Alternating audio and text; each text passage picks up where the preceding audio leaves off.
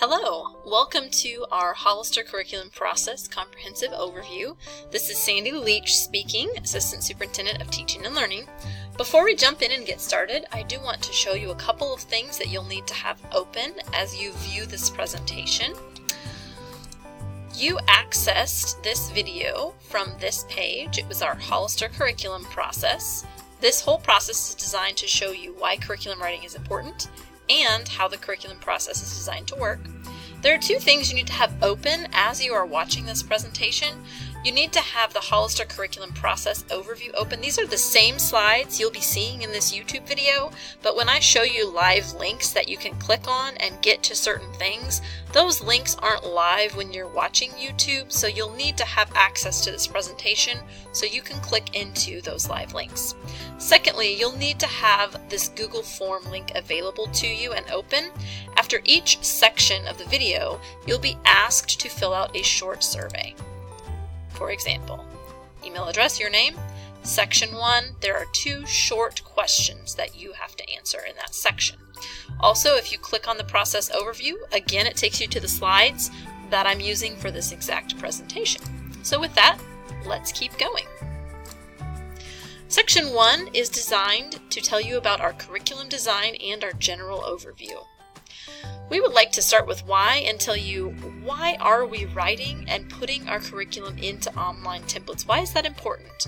We want to tell you the purpose behind that, the process, and what the result will be. So first off, the why. Why are we putting so much time and effort into curriculum writing? The short answer to that is data tells us that it is effective.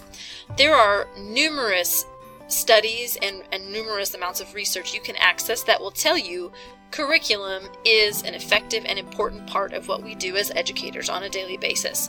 One of the best places I believe to look at for research is John Hattie's research. What John Hattie has done is he has compiled metadata and taken thousands of studies and put them all into one study in one place that we can access to tell us what's effective and what's not. If you'll notice in the top right hand corner we have an effectiveness scale. What John Hattie's research tells us is that anything with an effect size above 0.4 tells us that that activity is very effective when it comes to student success and student achievement. When we look at curriculum and the curriculum part of Hattie's research, you can see curriculum is the topic over here. His research tells us it falls within the scale of 0.7, 0.5, 0.6, all within those ranges, which as you can see are above that line of 0.4, which tell us those are effective things to invest time, effort, and resources into. So basically what I'm telling you is curriculum is important, which is why we have put together the plan that we have as a district. A vision for our curriculum. When we actually sat down and created and brainstormed and created this vision for what does Hollister's curriculum need to look like, these are the 3 pieces that were important to us.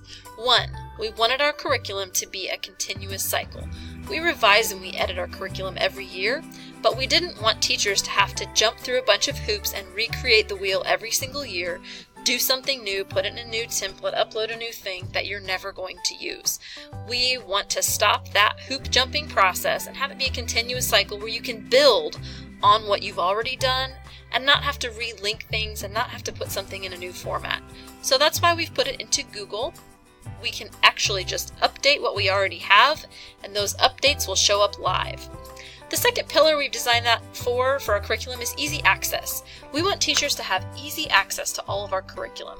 We don't want you to have to carry binders and folders back and forth with you to home and wherever else. I've done that. I'm sure you've done that at some point. It's not super fun. Now, any teacher can access our curriculum from anywhere as long as they have access to the internet.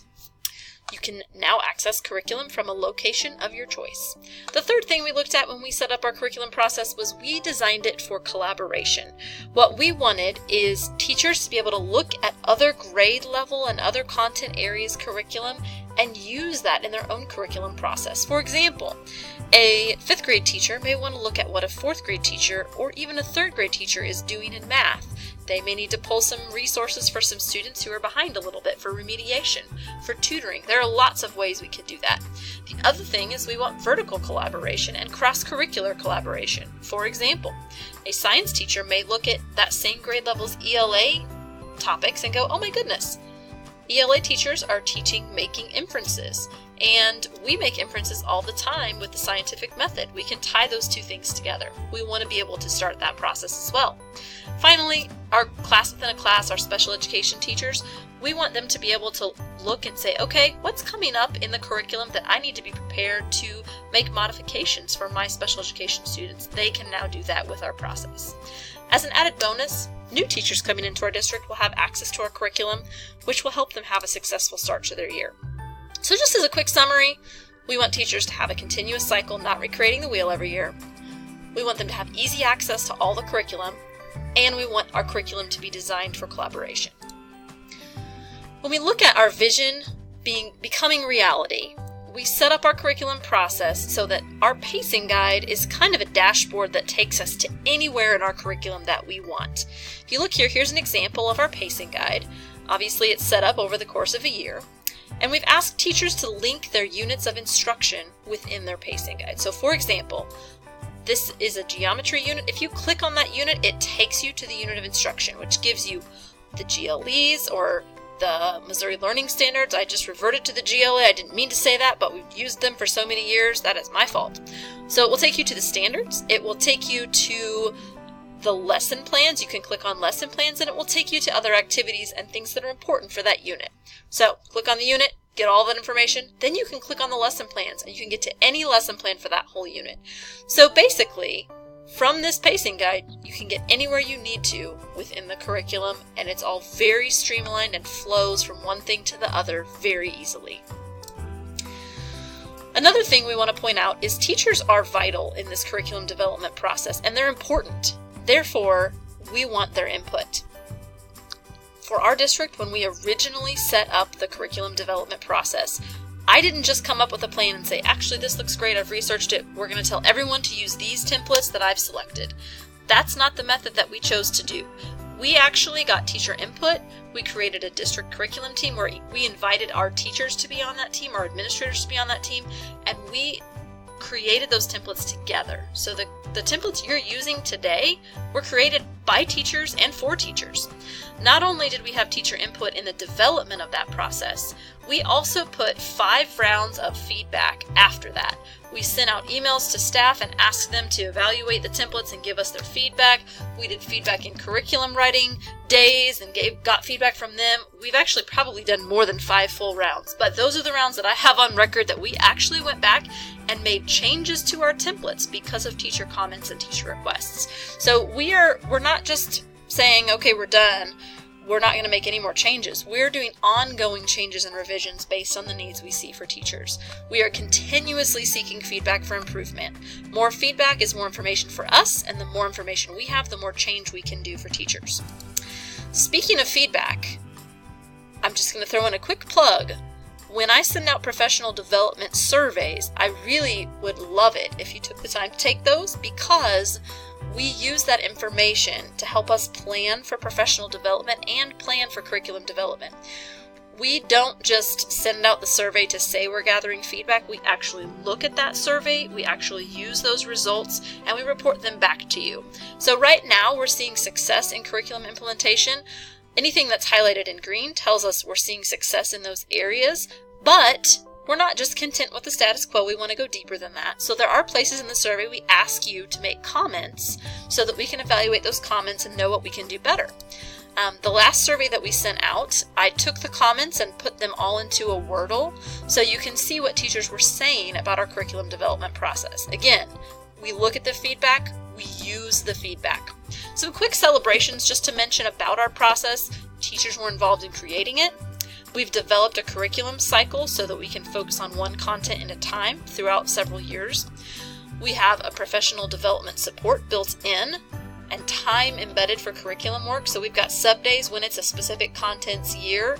We've got sub-days embedded so that we can pull those teachers out and give them time to write curriculum. And we have a budget provided for curriculum resources. In a moment, I would like for you to complete a quick Padlet activity. Here's the question we're going to ask you to answer. What is one thing you like about our district's curriculum approach and one question that you still have? So when you actually click on this link, it will take you to this Padlet. This is a Padlet we've used with other teachers in the curriculum writing process. So once you finish yours, if you want to look through some of these responses, you're more than welcome to. All you need to do is double click in a blank area or click the plus icon, and it will let you add one in. So you can write your name and you can write your comment. And here we go. The question you're answering is what is one thing you like and one question you still have. At this point, we're going to end section 1. So if you will complete the Padlet activity on slide number 12 in those slides I asked you to open, and complete section 1 of the Google Forms survey before continuing. Thank you so much, and I look forward to working with you on curriculum.